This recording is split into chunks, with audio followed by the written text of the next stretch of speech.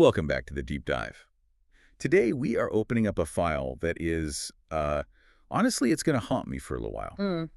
We're looking at a story that takes everything you think you know Mm. about redemption, about, deathbed confessions, and about the bad guys of history, and it just flips the table over. It really does. It's a piece of literature that functions almost like a trap. You walk in thinking it's one thing, and by the time you realize what's actually happening, the door has slammed shut behind you. Exactly.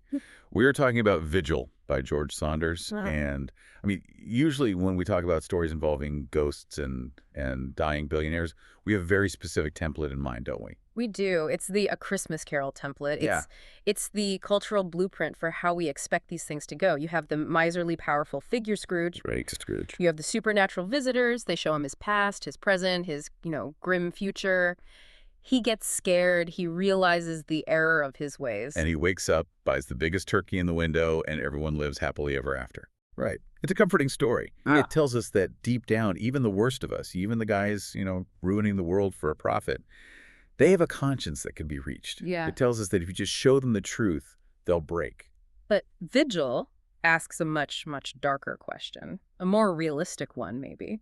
Saunders looks at that whole Scrooge narrative and says, what if the guy doesn't break? What if the great man, the tycoon, the titan of industry, is so committed to his own story, so fused with his own ego, that when the ghosts show up, he doesn't cower? He argues back. He argues back. He tells them they're wrong. That is the premise we are unpacking today. Imagine a version of Scrooge who looks the ghost of Christmas future in the eye and says, actually, I think I did a pretty good job and you can get out of my house. And that is exactly what happens in Vigil. So today we're going to dial deep into the psychology of this man, K.J. Boone, a dying oil tycoon who refuses to apologize for breaking the world. And we're going to look at the strange, almost bureaucratic afterlife Saunders has built, and we're going to meet some of the most bizarre and funny and frankly terrifying spirits you'll ever encounter in fiction. Yeah, they're not your typical chain-rattling goals. Not at all. We have a lot of source material to get through. The text itself is incredibly dense, so let's just jump right in. The mission of this deep dive is to understand Saunders' vision of the afterlife and, more importantly, the psychology of denial. Like, how strong does your ego have to be to fight off a literal army of ghosts? It's a battle of wills, and it starts with our narrator. And I think this is the first place Saunders really throws us a curveball, because usually the narrator in a story like this is an objective observer or, a wise angel. Right, you expect Gabriel with a trumpet or at least someone, serious. Mm-hmm. Instead, we get Jill. Jill Doll Blaine. Doll. That's her nickname for herself. Let's talk about her, because she is not your typical angel of death. Not at all. Not even close. Jill is a spirit, yes. She died in 1976 in a town called Stanley, Indiana. But she is remarkably human. Yeah, that's the word. She's messy, she's distracted, she's functioning as a guide trying to help souls transition, but she's constantly glitching between these two states of being. Okay, let's unpack those states, because that seems key to the rules of this universe Saunders has built. Right. So on one hand, she has what she calls her elevated self. This is the part of her that has, accepted death, that feels vast and unlimited. Okay. When she speaks from this place, she uses this very bureaucratic, almost corporate spiritual language. It's weird. She talks about energizing and activating parts of herself. Right, like she's reading from a training manual for the recently deceased. Exactly. She talks about traversing thousands of miles in seconds. It's grand. It's very hoity-toity. But then she slips. She slips constantly. It's like her connection is faulty. She falls back into her earthly self. And the specific details Saunders uses here are just fantastic. She's obsessed with the things she left behind in the 70s. Like her car. She talks about her Chevelle. Chevy Chevelle, a muscle car. She describes it as being packed with girlfriends. She remembers eating Smarties. Wow. She remembers the smell of chlorine in an above-ground pool. These aren't the profound memories of a saint. They're the sensory memories of a regular American girl who just, loved her life. So why do you think Saunders writes her that way? Right. Why give us a narrator who is, thinking about muscle cars while trying to save a soul? I think it grounds the story in the tragedy of losing the physical world. I mean, even in the afterlife, the ego, or whatever you want to call it, it clings to what it loved. Jill is trying to elevate. which seems to mean shedding those petty details. But she can't quite let go of the girl who wanted to be lovely and flirt with boys. It makes her relatable. She's not judging Boone from some sort of, heavenly pedestal. She's struggling too. She absolutely is. And there's a really dark, ironic backstory to her death that frames her whole worldview. It's a detail you might miss if you read too fast, but it's crucial. She didn't just die of old age. Oh. No. Jill was murdered. Or, well, maybe more accurately, she was collateral damage. She was blown up. Blown up. Wow. It was a case of mistaken identity. Her husband, Lloyd, was a police officer. There was this criminal, a guy named Paul Bowman, a low-level guy, who planted a bomb in their car. Intending to kill Lloyd. Right. But Jill took the car that day. Oof. Talk about a tragic mix-up. It's horrific. But this is where the deep dive gets really interesting and where Saunders lays out the rules of his universe. In this afterlife he's created, Jill's very first assignment as a spirit guide was to comfort Paul Bowman. Wait, hold on. She had to comfort the guy who killed her? Yes. The man who literally turned her into, as she puts it, pink mist. That's a tough first day on the job. It is. And not only did she have to do it, she succeeded. She found him in the afterlife, terrified, sitting at a table, realizing he'd killed the wrong person. And instead of raging at him, instead of, haunting him, she had an epiphany. What was the epiphany? Because I feel like if someone blew me up, I'd hold a grudge. A pretty serious one. Right. But she looked at him and she realized that Paul Bowman was inevitable. That's the word she uses. Inevitable? What does that even mean? She looked at his whole life, his genetics, his poverty, his abusive upbringing, his, limited intelligence, and she saw that he was trapped. She says he was in a lavish jailing of his own circumstances. She decided that he literally couldn't have been anyone else. That is radical determinism. Yeah. She's basically saying he didn't have free will. He was just a product of a bad assembly line. Exactly. And because she viewed him that way, she could forgive him. She separated the sinner from the sin. She comforted him by telling him, it's okay, you were just playing the role you were dealt. Wow.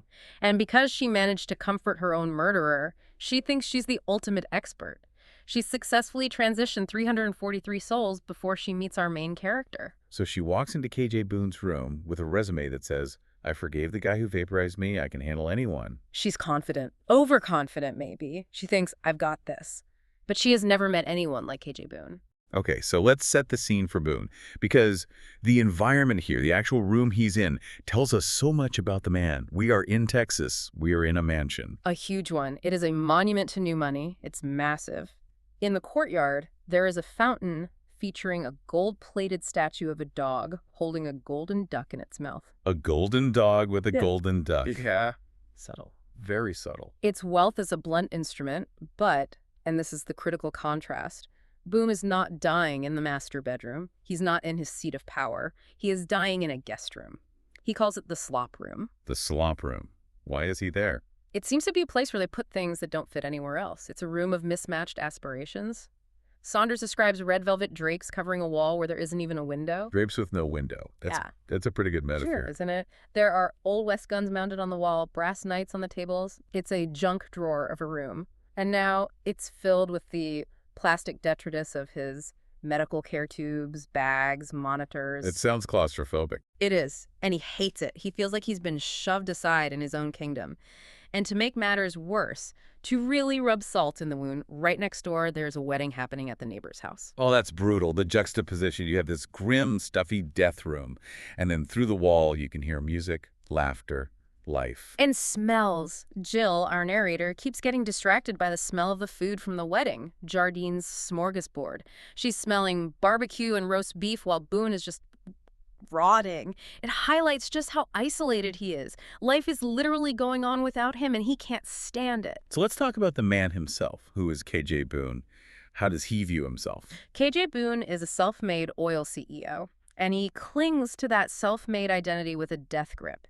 He describes himself as a bantam rooster. Short, wiry, aggressive. Exactly. A fighter. He grew up poor in Wyoming. He calls himself a hick, and he clawed his way to the top of the energy sector. He suffers from what, sociologists might call great man syndrome. He thinks he runs the world. He believes he didn't just participate in the economy. He believes he carried it. He has that specific metric he uses, doesn't he? He throws it in the face of the ghosts. 150 billion gallons. 150 billion gallons. He uses that number as a shield. To us and to the ghosts, that number represents carbon emissions. It represents pollution. It represents the changing climate. Right. It sounds like an accusation. But to Boone, that number is a miracle. Okay, explain that perspective. How on earth does he see it as a miracle? He sees it as civilization. He sees 150 billion gallons as ambulances getting to hospitals, as lights turning on in schools, as people driving to those weddings next door. He believes he fueled the modern world. He asks the ghosts, do you have any idea of the logistics involved? He views his life's work as a triumph of will and organization. So when the ghosts try to make him feel guilty, he doesn't just deny it. He feels insulted. He feels like they are ungrateful. Exactly. He thinks, I kept the lights on for you people, and this is the thanks I get. But physically, I mean, the man is disintegrating. He has a tumor behind his eye. His legs are swollen. He is hallucinating. But he's still fighting. But even in this state, he is fighting. He's fighting the nurses. He's fighting his wife's attempts to soothe him. And he is certainly fighting the ghosts. He refuses to be a victim. And he refuses to be a villain. That's the key. He wants to go out as a victor. Okay, so Jill is there to try and elevate him, basically. Get him to admit he's done and move on. But she's not the only spirit in the room. The room is getting crowded. Very crowded. And the main antagonist or protagonist, depending on your view, is the Frenchman. Henri. Henri. Now, this is a bold choice by Saunders.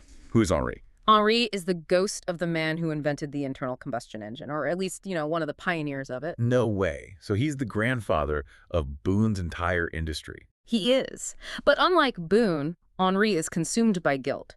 He appears first in mechanic's garb, then in a white suit, but his form is unstable. He's constantly decaying. Saunders describes him turning into a headblop or a stick figure as his energy wanes. He is desperate. Desperate for what? He needs Boone to repent. Henri believes that if he can get this titan of industry, the man who took his invention and scaled it up to 150 billion gallons, to admit that it was a mistake, it will somehow balance the cosmic scales. So it's about his own conscience. It is. Henri feels the weight of every single exhaust pipe. He says, it poisons, madam. He knows what his invention has done to the atmosphere. So Henri is basically staging an intervention. He's trying to force Boone to have a Scrooge moment. And he tries a few different tactics. Let's break them down. Right. His first tactic is what we might call the empathy play. Jill refers to it as the Pennsylvania girl method. The Pennsylvania girl method. How does that work? Henri tries to create a kind of psychic link. He tries to force Boone to feel the emotions of a 14-year-old girl who's alive right now in Pennsylvania. Her life is being ruined by weird weather hail in the summer, constant floods. Henri wants Boone to feel her anxiety, her fear for the future. And does it work? Does Boone feel her pain? Not really. It barely registers. Boone is so armored, so wrapped up in his own ego that the feelings just bounce off. He maybe feels a twinge of annoyance, but certainly not empathy. He doesn't care about a teenager in Pennsylvania. He cares about KJ Boone. So the empathy approach fails. Henri realizes he needs to go bigger.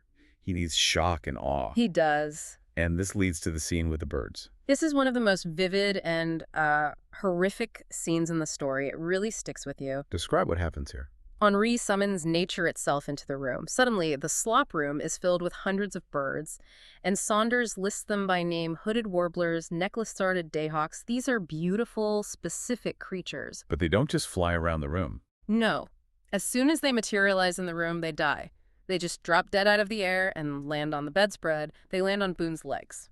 That is a nightmare image. It's raining dead birds. And as they fall, Henri shouts out the cause of death like a town crier of the apocalypse: unprecedented spring heat wave, catastrophic wildfires, habitat loss. He is literally piling the corpses of extinction onto Boone's lap. Okay, so if I'm in a bed and dead birds start raining on me, I'm shrieking out, I'm crying, I'm repenting for everything I've ever done. What does Boone do? This is the true test of his character, I think. Boone gets annoyed.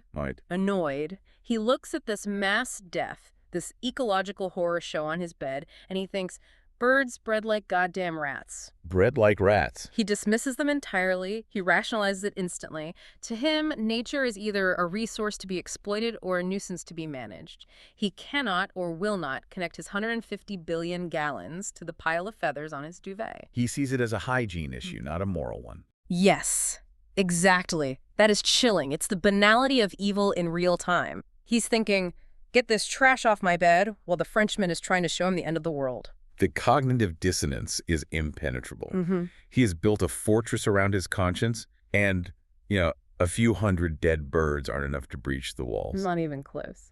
So empathy fails, nature fails. Then Saunders pivots.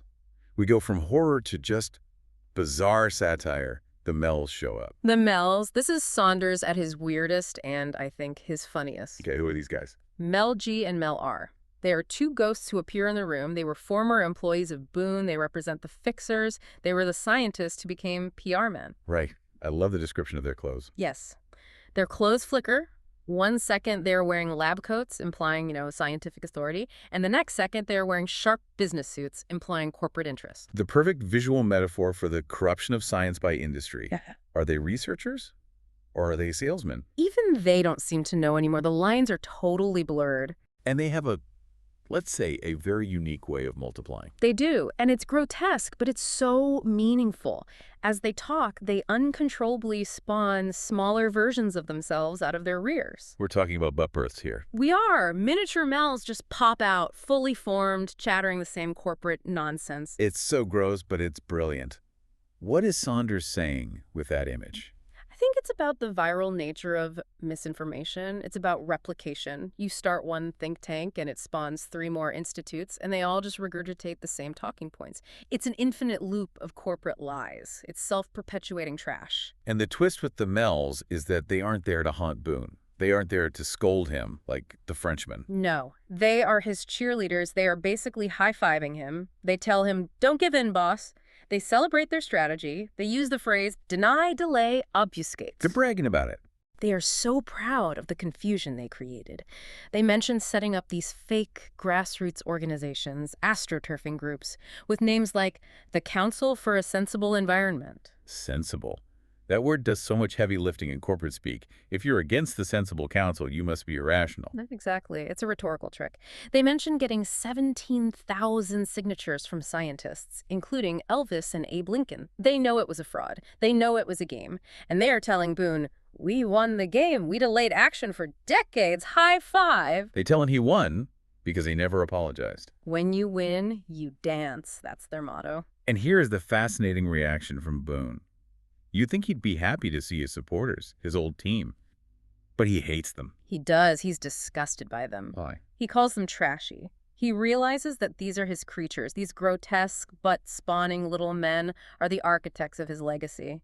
He looks at them and he sees the ugliness of his own machinery. It's a moment of near insight. But just near insight. Right. He realizes, wow, my victory is built on garbage.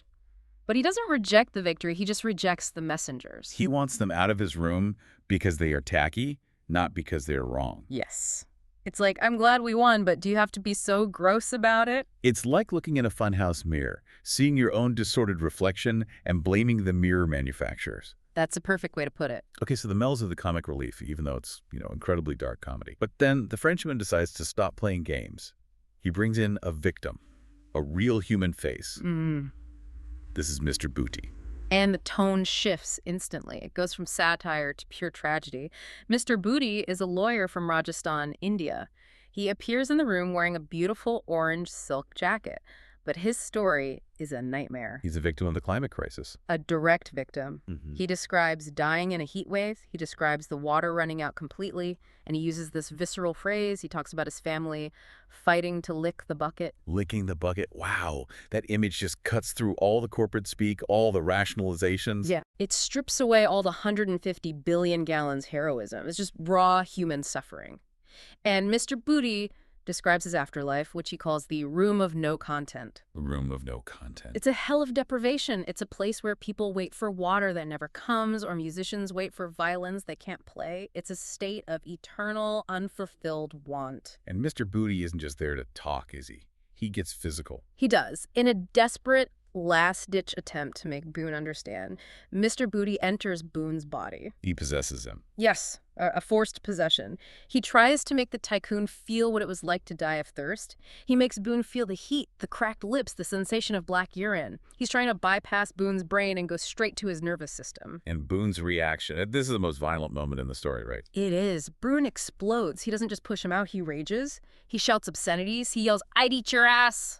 at the Frenchman. It's pure animalistic aggression. Why is he so angry? I mean, what's behind that specific reaction? Because this strikes too close. This one, he can't dismiss. He can dismiss the birds as rats. He can dismiss the Mells as trash. But a human being, a lawyer, a man who suffered directly because of the climate shifts Boone helped engineer. It's a direct connection. It is, and that requires active, violent suppression. He feels the connection for a split second, and it terrifies him. So he converts that terror into rage. And he immediately retreats to his intellectual defense. Yeah. He starts shouting about hysteria. Is it possible we've got some hysteria going on here? That's his line. It's the classic gaslighting technique. If the facts are against you, you claim the other side is just being emotional. And this leads him to remember his proudest moment, the anchor of his entire worldview, the Aarhus speech. This is the intellectual core of his defense. This is his fortress. Boone flashes back to 1997. He was in Aarhus, Denmark, giving a keynote address. And he views this speech as his masterpiece. He does. He thinks it changed history. And, well, in the world of the story, it did, but not in a good way. He's proud because the speech wasn't some rant. It was subtle. It was clever. Right. He cast just enough doubt on the climate models to give politicians cover to do nothing. He manufactured uncertainty. He believes this specific speech caused the head of the EPA to resign. Yes. And he believes it caused the U.S. government to pull back from the Kyoto Protocol.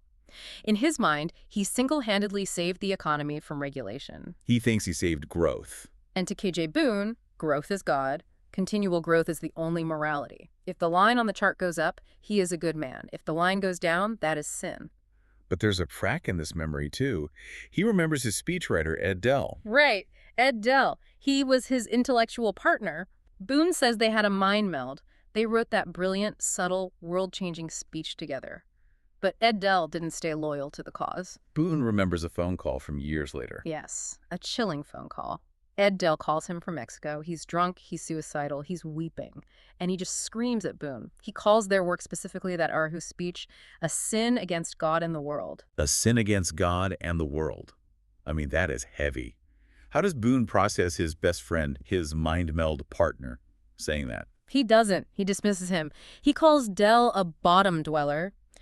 He decides that Dell was just weak, that he couldn't handle the pressure of success. He rewrites the narrative. Instantly, I was the strong one. Ed was the weak one. Therefore, I am right. It's amazing to watch. He has a trapdoor for every single accusation.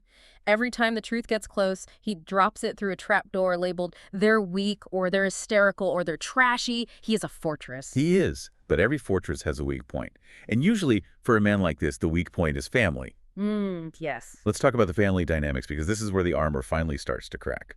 First, he summons his father's ghost. He does. He summons his dad because he wants validation. He wants that well-done son moment that he's probably been chasing his whole life. But his dad appears as this country slouch with a missing finger, a working-class guy. And Boone bullies him. He bullies his own father's ghost. He does. Boone uses his height, he's taller than his dad was, and his wealth to physically loom over the ghost. He senses that his father might judge him about the Aarhus speech, about the lies. So before his dad can even say anything, Boone essentially evicts him. He bullies him out of the room. That is incredibly dark. He'd rather be alone than be judged, even by his dad. Exactly. But then the door opens, and it's not a ghost this time. It's his daughter, Julia. She's there in the flesh, at his deathbed. This is the scene that hurts the most, I think. Julia is his sweet pea. She is the one person he truly adores. And she starts praying over him. At first, it's exactly what he wants to hear. She praises him. She talks about how he made her strong. She even uses his language. She complains about the libdopes. Libdopes, yeah, she's definitely his daughter. She's trying to speak his language to connect with him on his terms. She is trying to align with him. She's holding his hand. But then the prayer slips. She can't help herself. The truth comes out. She starts asking God to forgive him. And Boone is lying there thinking, forgive me for what? I'm the hero of this story. I gave you everything. Exactly. But she keeps going. She brings up the rumors, the things she's heard. She asks God if it's true that he knew about the climate studies way back in the 70s and buried them. She calls him a trickier bastard than she realized. A trickier bastard. Yeah. Hearing that from your sweet pea, Yeah. that has to be devastating. It destroys him because it's not anger, it's disappointment. He says, "It disappoints me, Daddy." That cuts deeper than any ghost, any dead bird. And then in his delirium, Boone mumbles something about the devil lady. He's talking about Jill, our narrator, who he can see. Right. He can see Jill floating there, but Julia can't. So when her dying father starts muttering about a devil lady in the room, she thinks he is literally seeing demons. She thinks he is possessed. Oh, wow, so she thinks he's going to hell. She starts praying frantically to cast out the devil. She thinks her father's soul is tainted by evil, and Boone has to lie there and watch his daughter look at him, not with love, but with horror. He realizes that his legacy, in her eyes, is ruined. He's not the hero. He's just a complicated, secretive guy who let her down. This hurts him more than Mr. Booty, more than the birds, more than the Mells. This is the one thing he can't rationalize away. He's cornered, the walls are closing in, his victims hate him, his employees are grotesque parodies, his friend hates him, his father is ashamed, his daughter's disappointed, the fortress is crumbling. And that leads us to the climax, the final confrontation, a figure he calls the Chicago Kid. The Chicago Kid appears. He's the final accuser. And he's a ghost from Boone's past. A former college student who once questioned Boone at a lecture years ago. Boone crushed him in the debate back then, humiliated him. But now, the kid returns as the leader of the dead. And he doesn't mince words. No, he has the receipts. He says, "You are the leader of the liars."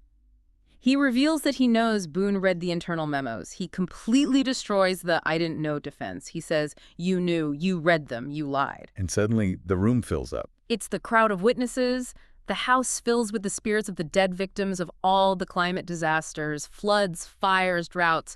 They are on the stairs, in the yard, spilling over into the neighbor's wedding. It is a mass gathering of the consequences of his actions. This is the moment. In the Christmas Carol, this is where Scrooge falls to his knees and begs for a second chance. The evidence is overwhelming. And Jill, our narrator, she offers him a way out. This is the most important philosophical moment in the entire story. Jill floats down and offers him elevation. Okay, what does she offer him exactly? What's the deal? She offers him the same logic she applied to her killer, Paul Bowman. She tells him, "Forswear the self." Forswear the self. She is saying, admit that you were inevitable. Admit that you were just a product of your time, your class, your greed, your circumstances. Admit you are small. Admit you are just a cog in a machine. If you admit you aren't a great man, but just a flawed product of the universe, you can be saved. You can let go of the blame. She's giving him a plea bargain. She's saying, plead determinism. Say you couldn't help yourself. It's an offer of grace through humility. It's a way to wash his hands of the guilt by also washing his hands of the credit. And Boone, after everything he's seen, at these daughters' disappointment, does he take the deal? He rejects it viscerally. He looks at this offer of forgiveness and essentially spits on it. He chooses the ego. He calls elevation hooey. He looks at Jill and says, essentially, no, I did it. I chose it. I am not a product of circumstance. I am KJ Boone. His line is incredible. When I win, I dance. When I lose, also dance. When I lose, also dance. That is, I mean, it's stubborn, but it's almost impressive in its obstinacy. It is the ultimate assertion of self. He refuses to be reduced to a product. He insists on being the author of his life, even if he wrote a tragedy.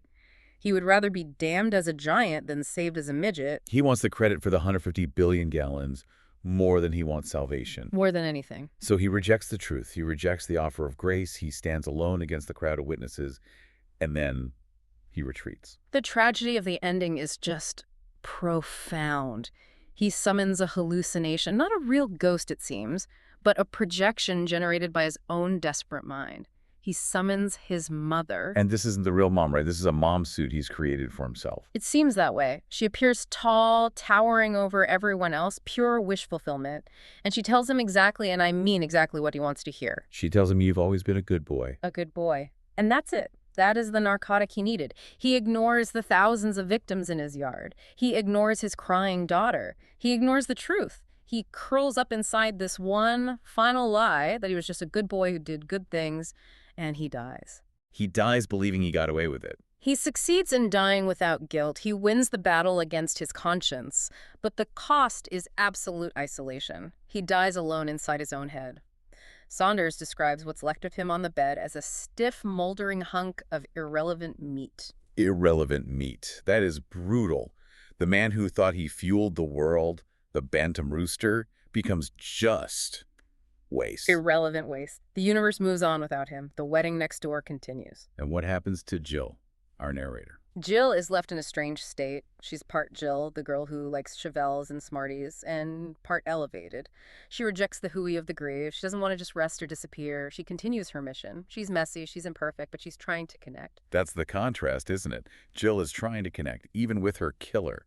Boone severed every single connection with his dad, his friend, his daughter, the world, just to preserve himself. Exactly. Boone wins in the sense that he avoids the pain of repentance, but he loses everything else. It is a Pyrrhic victory. He saved his ego, but he lost his humanity. The story seems to be drawing a really sharp distinction between comfort and redemption. That's the key takeaway, I think. Boone gets comfort, the comforting lie from the mother. But he misses redemption. Redemption requires truth. It requires looking at the dead birds on the bedspread and saying, I did that. Comfort just requires closing your eyes. It leaves us with a haunting question, one for our listeners. We all like to think we'd be the guy who repents. We'd be Scrooge buying the turkey. But in a world where we are constantly presented with evidence of harm, whether it's climate change, inequality, supply chains, you name it, how much energy do we spend constructing a reality where we are still the good guy? That is the question Vigil asks. Are we elevating? Are we facing the truth no matter how ugly? Or are we just building a soundproof room, calling ourselves good boys, and waiting for the end? That is a thought that is going to keep me up tonight. It should. It's a masterpiece of a story for that very reason. Thank you all for listening to The Deep Dive. Please go read Vigil by George Saunders. It is dense, it is difficult, and it is worth every single second. Absolutely. Catch you next time.